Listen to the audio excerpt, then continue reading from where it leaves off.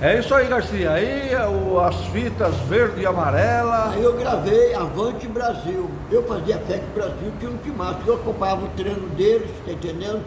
E eu me dava com o Brito, me dava com o Marco Antônio, Feliciano, me dava com o Zagallo, me dava com todo mundo. O Zagallo, eu fui o primeiro cara a entrevistar ele, dizendo que ele seria o técnico da seleção brasileira. E o João Saldanha era meu amigo, morava em frente à minha casa lá em Ipanema. Era meu amigo, era comunista, mas era meu amigo. Eu tinha um problema, o cara podia ser comunista, podia ser o que for. Mas era meu amigo, para mim tanto faz como tanto fez. E eu tocava o bonde.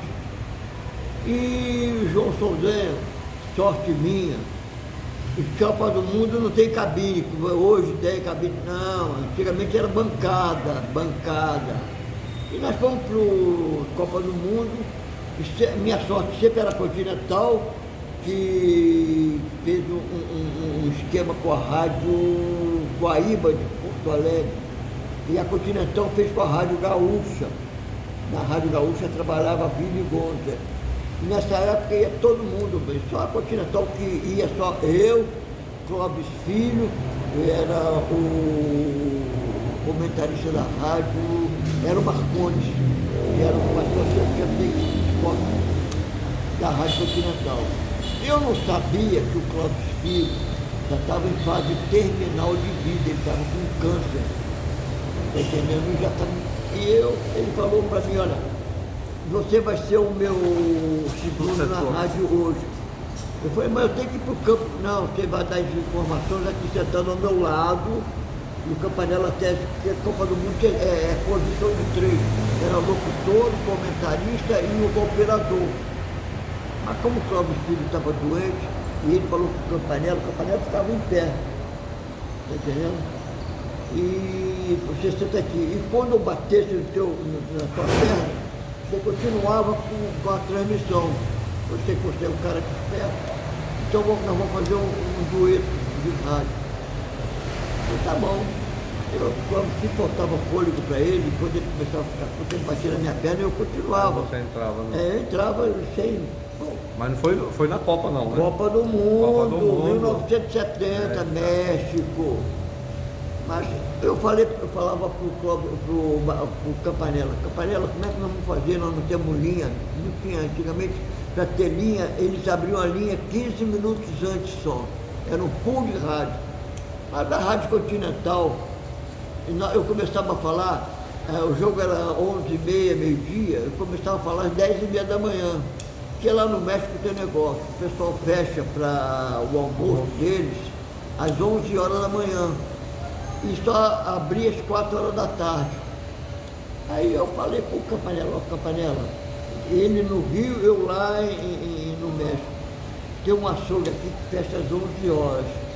E eu já peguei o telefone do açougue, já sei onde é que tem a linha dele, que era... Ele falou, então faz o seguinte, você tem dinheiro aí? Eu falei, eu tenho dinheiro que me deram para vir aqui. E eu dormia lá na concentração da CBF, no local de Jaque. Eu dormia lá na sala de massagem, numa maca. Rapaz. E se o nocaute tivesse vivo, ele ia contar a mesma história para mim. E eu tomava café com o pessoal da manhã lá na CBF, eu almoçava lá, eu lanchava, eu jantava, tudo às custas da CBF. Mas ninguém sabia que eu estava no mesmo hotel. Não estava nada, estava de penetra. E o Cabílio de Almeida arranjava para mim, que era muito amigo do nocaute tinha um negócio com ele, o Abílio, que pegava, né? E dava um dinheiro pro nocaute, o Abílio dava um dinheiro pro nocaute. Eu ficava lá, pô. Então por isso que eu tinha todas as notícias, sabia o que acontecia, e ninguém conseguia saber como é que era. Uma semana antes de começar o jogo do Brasil, chegou o Luiz Fernando, chegou o Clóvis e o Marcondes, 3 dias antes, sei lá. Eu estou falando de 69, 70, Copa do Mundo. E eu já estava lá. E eu fazia treinamentos, fazia entrevistas com os caras. E eu botava para cobrar, eu intrometido, como sempre fui. Aí, pô, acabou a Copa do Mundo, o Brasil campeão. E, pô, eu queria descer para entrevistar os jogadores, pô, porque o Luiz Fernando tinha medo de chegar perto, papai. E o Zagallo sempre falava, aquele garoto ali, o que? 20 anos, 22 anos, 21 anos. Aquele garoto é esperto, mas ele faz cada pergunta capciosa. Eu sempre gostei de fazer pergunta capciosa. Eu conhecia da intimidade dos caras. Eu gostava de sacanear o Zagallo, perguntava, escuta aqui, por que você barrou o Marco Antônio, que era o lateral esquerdo? Eu sabia da história, mas eu queria que o Zagallo contasse, mas ele não contava. É porque o Marco Antônio Feliciano está vivo até hoje. Sim. E ele sabe da história dele. Que moleque, o Marco Antônio também era moleque, que nem eu. E ele tinha mania de chegar antes do jogo. Mas o Zagallo descobriu, pegou ele e botou ele na reserva. O Everaldo não era nem lateral esquerdo da seleção brasileira, era o quarto zagueiro. O Zagallo que blindou a ele a lateral esquerda. Por ser um cara mais velho, o Marco Antônio tinha 20 anos, parece, se não me engano, e o Everaldo tinha 28 anos já. Mais experiente, né? Experiência. E quem mandava na zaga do Brasil era o Brito. O Brito dizia para todo mundo. Melhor preparo da tropa. Físico era. Aí ele treinava na praia, na ilha do Governador.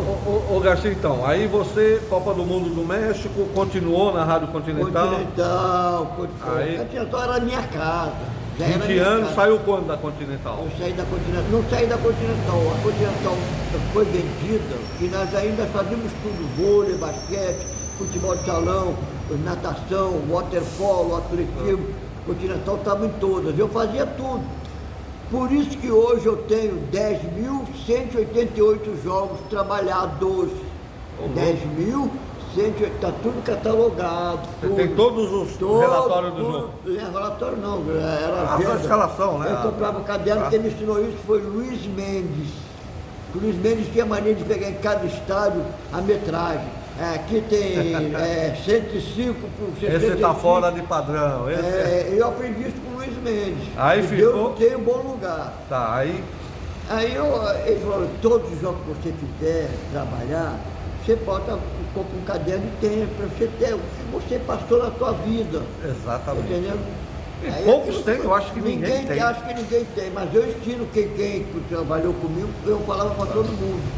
Entendeu? Todo mundo que trabalha em rádio hoje no Rio de Janeiro, era os repórteres todos, eu ensinava o cara para, olha aqui, você presta atenção na jornada, o que o comentarista falar, você vai em cima do jogador. Antigamente podia se entrevistar jogadores dentro de campo, você procura ter diferente, vestiário, hoje em dia não tem. A primeira vez que entrou uma menina no vestiário, chama-se Marilene Davos, que está viva até hoje. Ela entrava no vestiário, o jogador andava nu no vestiário, nós está tudo bem, rádio não tem imagem, mas a Marilene trabalhava na TV Rio e queria entrevistar jogadores.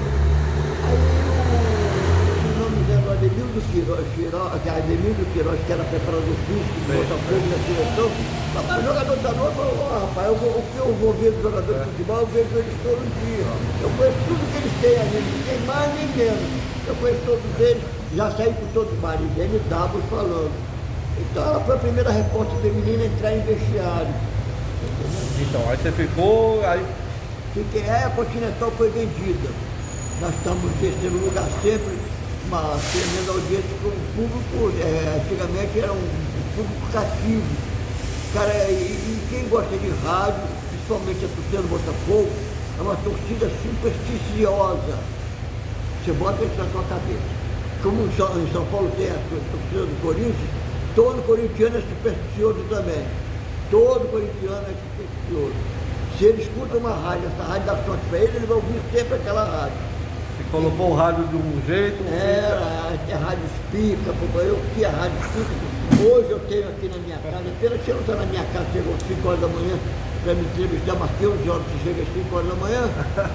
Vamos lá, Garcia. Tem umas malas cheias de rádios, mesmo? Tudo, tem 350 rádios. Vamos dar outra paradinha, daqui a pouquinho a gente volta, Garcia Júnior.